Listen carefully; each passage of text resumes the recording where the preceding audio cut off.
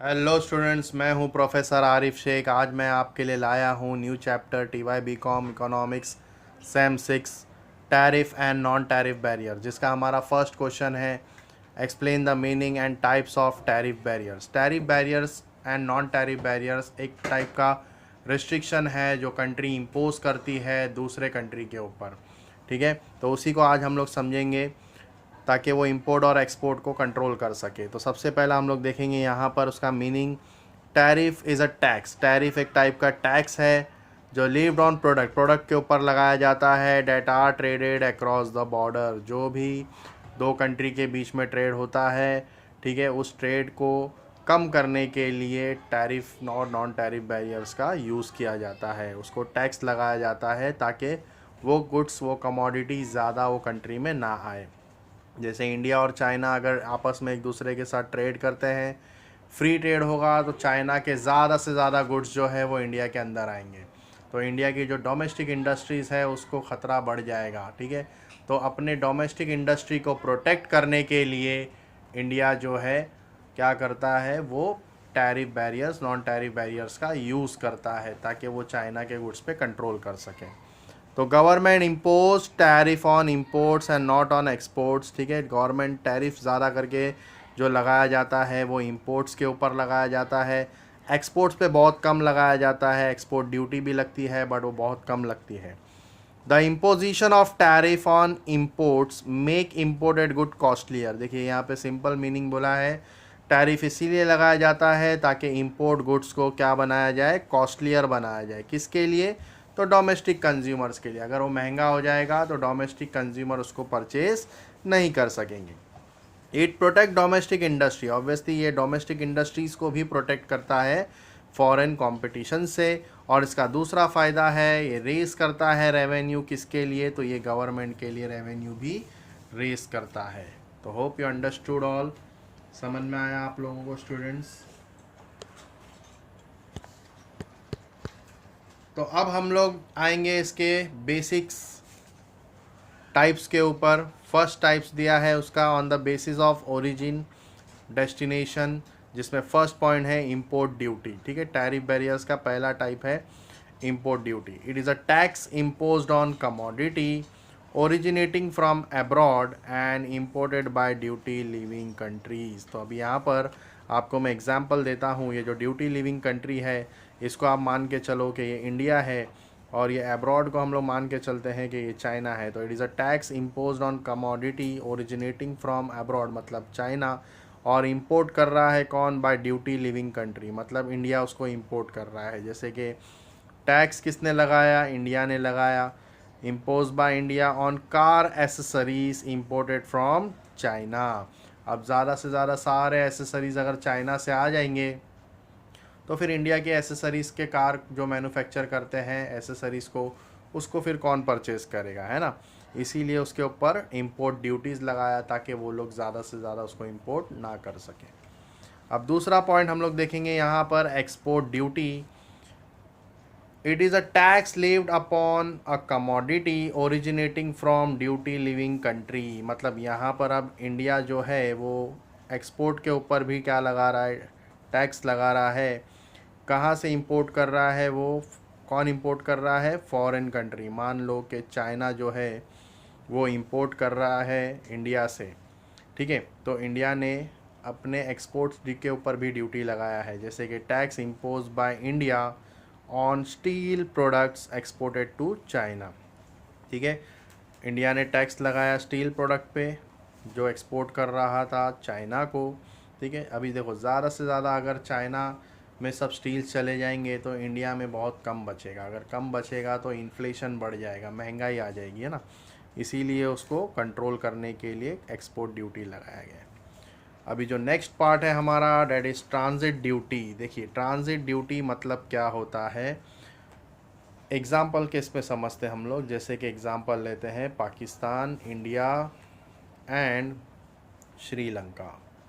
ठीक है, अब पाकिस्तान जो है श्रीलंका से टी इंपोर्ट कर रहा है, टी, चाय पत्ती। ठीक है, लेकिन श्रीलंका से जब पाकिस्तान जाता है तो बीच में इंडिया का बॉर्डर आता है। तो इंडिया के बॉर्डर को क्रॉस करने का जो इंडिया उससे चार्ज लेता है, ठीक है, उसको बोलते हैं transit duty. You are using my border, you have to pay the tax, that is a transit duty.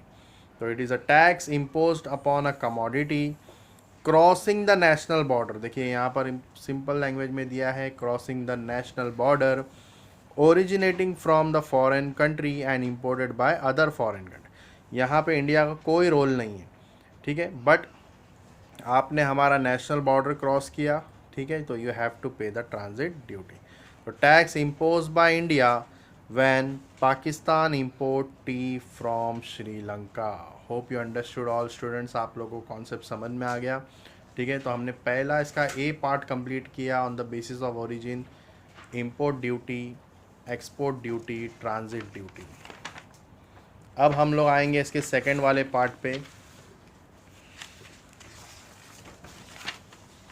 जो इसका सेकंड पार्ट है उसका नाम है on the basis of imposition of tariff. Second part, जिसमें फर्स्ट है specific duty, add valorem duty, compound duty and tariff rate quotas. तो सबसे पहला हम लोग आज समझेंगे कि ये स्पेसिफिक ड्यूटी क्या होता है। देखो, स्पेसिफिक ड्यूटी का मतलब होता है कि मान लो कि इंडिया ने सऊदी अरब से ऑयल मंगाया, पेट्रोल मंगाया, ठीक है, इंपोर्ट कर रहे हैं, तो उसके जो ऑयल आएगा बैरल में, जो कंटेनर में आएगा, हर एक कंटेनर्स के ऊपर जो टैक्स लगेगा उसको हम लोग क्या बोलेंगे, स्पेसिफिक ड्यूटी। जैसे कि देखो यहाँ दिया है कि व्हेन अ फिक्स फी, एक फिक्स चार्ज लगेगा levied on each unit of imported goods, ठीक है, it is known as specific duty. जैसे एग्जांपल देखो, फिक्स सम ऑफ ड्यूटी है ना, कि एक फिक्स चार्ज लगाया जा रहा है इंडिया द्वारा, levied by India on each barrel of oil imported from Saudi Arab, ठीक है, सऊदी अरब से ऑयल मंगा रहे हैं इंडिया, और ईच बैरल, हर एक बैरल के ऊपर जो है इंडिया एक स्पेसिफिक ड्यूटी लगा रहा है, उसको बोलेंगे हम लोग स्पेसिफिक ड्यूटी। नेक्स्ट दिया है add valorem duty. Ad valorem, valorem का मतलब होता है वैल्यू, उसको लैटिन फ्रेज में वैलोरम बोलते हैं। तो एड वैलोरम मतलब वैल्यू, तो वैल्यू के ऊपर टैक्स लगाने को बोलते हैं हम लोग स्टूडेंट्स एड वैलोरम ड्यूटी।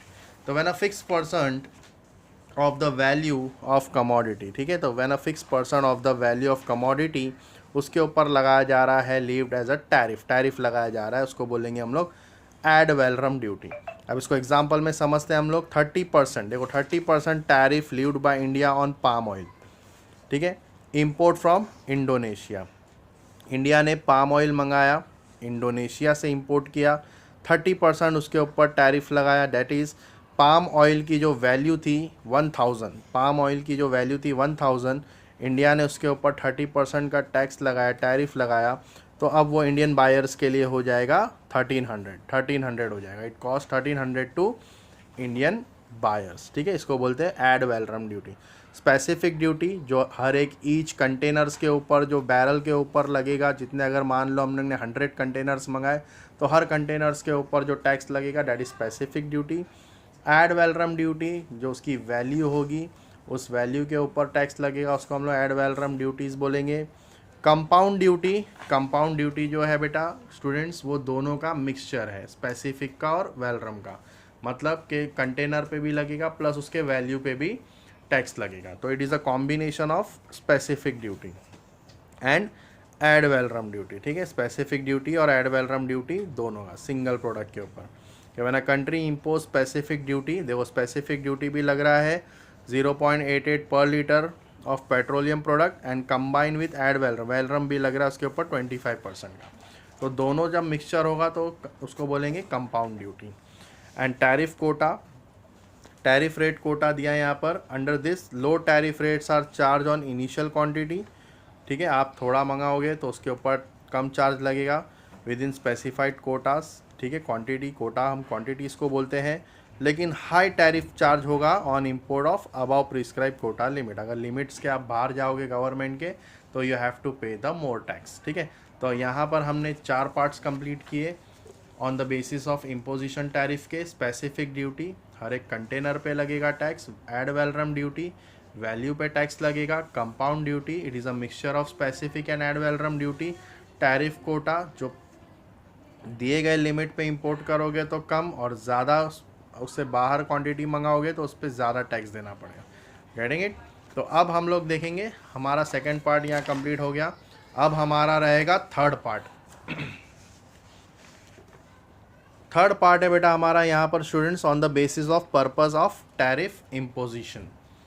ध्यान दो यहाँ पर, on the basis of purpose of tariff imposition, जिसमें फर्स्ट पॉइंट दिया है हमको रेवेन्यू टैरिफ, सेकंड है हमारा प्रोटेक्टिव टैरिफ, थर्ड है हमारा retaliatory tariff, countervailing duty, and the last one is anti dumping duty. तो हम लोग सबसे पहला उसको समझेंगे रेवेन्यू टैरिफ को। रेवेन्यू टैरिफ वो टैरिफ होता है जब गवर्नमेंट को अपना रेवेन्यू बढ़ाना होता है, ठीक है। When tariff are imposed mainly to provide revenue to the home government, मतलब गवर्नमेंट को अभी रेवेन्यू जनरेट करना है, पैसा कमाना है, तो गवर्नमेंट ने टैक्स लगाया, it's called revenue tariff, very easy. Protective tariff मतलब डोमेस्टिक इंडस्ट्री को प्रोटेक्ट करना है, भाई फॉरेन इंडस्ट्रीज़ का खतरा ज़्यादा बढ़ चुका है इंडिया में, तो अपने डोमेस्टिक इंडस्ट्रीज़ को प्रोटेक्ट करने के लिए उसको प्रोटेक्टिव टैरिफ लगाया था।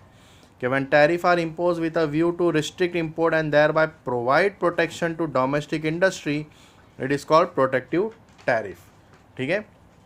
रिटेलिटरी टैरिफ का मतलब होता है बदला लेना, जैसे कि फॉर एग्जांपल इंडिया ने अगर चाइनीज़ प्रोडक्ट के ऊपर टैरिफ लगाया, टैक्स लगाया, तो ऑब्वियसली चाइना थोड़ी चुप बैठने वाला है, चाइना भी इंडियन प्रोडक्ट्स के ऊपर टैक्स लगाए, तो रिटेलिटरी टैरिफ हो जाएगा वो कि when India impose tariff on China, so China also impose tariff on Indian products, that is retaliatory tariff.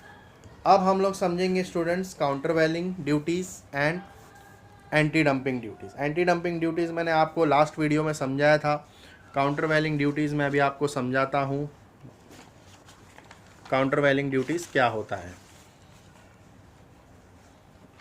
अभी देखिए एग्जांपल काउंटरवेलिंग ड्यूटी और एंटी डंपिंग ड्यूटी, जैसे लास्ट वीडियो में मैंने एग्जांपल दिया था, वही एग्जांपल से हम लोग फिर से समझेंगे। इंडिया है एंड चाइना है। इंडिया में कंपनी का नाम है नटराज रबर। नटराज रबर अगर हम लोग मान लेते हैं 50 रुपीज़ का, एक एग्जांपल 50 रुपीज़ का पैकेट है जिस पर 10% अगर गवर्नमेंट ने टैक्स लगाया तो इंडिया में वो 55 में जा रहा है, ठीक है। चाइना में है चींचौ रबर, खुद की कंट्री में वो 55 में बेचता है, हमारे कंट्री को कैप्चर करने के लिए उसने 30 रुपीज़ में लगाया, प्लस उस पर 10% टैक्स लगा, तो इंडिया में वो 33 में बिक रहा है। तो ऑब्वियसली आप किसको परचेस करोगे? चींचौ रबर को परचेस करोगे, क्योंकि उसका प्राइस बहुत कम है as compare to Indian products, बराबर ना। तो इसको हम लोग डंपिंग बोलेंगे, खुद के कंट्री में ज़्यादा और हमारे कंट्री में कम। चाइना खुद के कंट्री में ज़्यादा दाम में बेचता है, मोनोपोली बताता है, और यहाँ पर कंपटीशन खेलने के लिए वो कम दाम में इंडिया में बेचता है, बराबर। अब काउंटरवेलिंग क्या होता है, इसको बोलते हैं डंपिंग। और एंटी डंपिंग क्या होगा कि जब गवर्नमेंट नटराज रबर को प्रोटेक्ट करने के लिए 22 रुपीज़ का, ठीक है, इसके ऊपर लगाएगा anti dumping duty, anti dumping duty, तो ये बन जाएगा 55 का, बराबर। उसने प्रोटेक्ट किया, गवर्नमेंट ने प्रोटेक्ट किया नटराज रबर को, कैसे? यहाँ पे 22 रुपीज़ लगा के इसके ऊपर एंटी डंपिंग ड्यूटी लगा दिया, बराबर।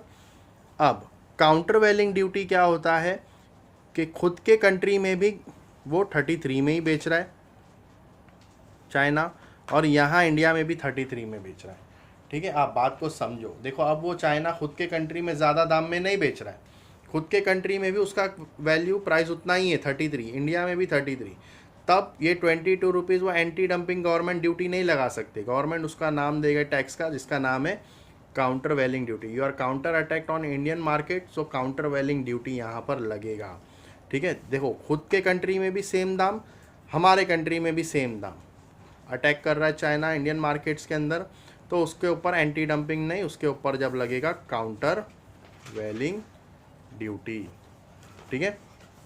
तो when a foreign country has a low price of particular commodity, देखो जैसे लो प्राइस बोला मैंने 33 है नटराज रबर के मुकाबले में, and charge the same price in other country, और वही सेम प्राइस उसने इंडिया में भी चार्ज किया 33 rupees. So to protect the domestic industry government charge countervailing duty, जो 22 रुपीज़ का जो गवर्नमेंट ने टैक्स लगाया चाइनीज़ प्रोडक्ट पे, ठीक है, उसको हम लोग बोलेंगे काउंटरवेलिंग ड्यूटी। तो hope you understood the countervailing duty.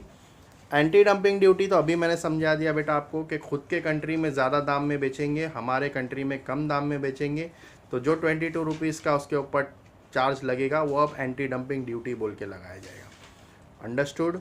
तो आप लोग को ये कॉन्सेप्ट भी पूरा क्लियर हो गया। अभी जो हमारा लास्ट पार्ट है इसका,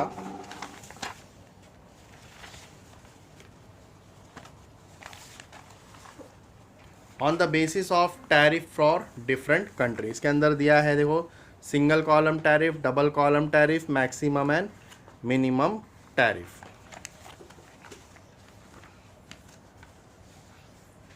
सबसे पहला हम लोग देखेंगे single column tariff. Single column tariff का मतलब होता है कि India uniform rates of duty charge कर रहा है by nation without making any discrimination between different foreign countries. ठीक है, it is called single column tariff. मतलब कि अब यहाँ पर इंडिया जो है वो एक ही जैसा रेट्स हर एक कंट्री के लिए चार्ज कर रहा है। जैसे एग्जांपल हम लोग समझते हैं कि इंडिया ने बोला है कि आपसे मैं 20% डायमंड के ऊपर टैक्स लूँगा, 20%। ठीक है, चाहे आप कोई भी कंट्री से डायमंड को परचेस करो। अगर आप कोई भी कंट्री से डायमंड परचेस करते हो, चाहे वो यूके हो, यूएस हो, कोई भी कंट्री हो, ठीक है, तो आपको 20% ही देना होगा। डैट इज़ यूनिफॉर्म रेट, उसको बोलते हैं सिंगल कॉलम टैरिफ।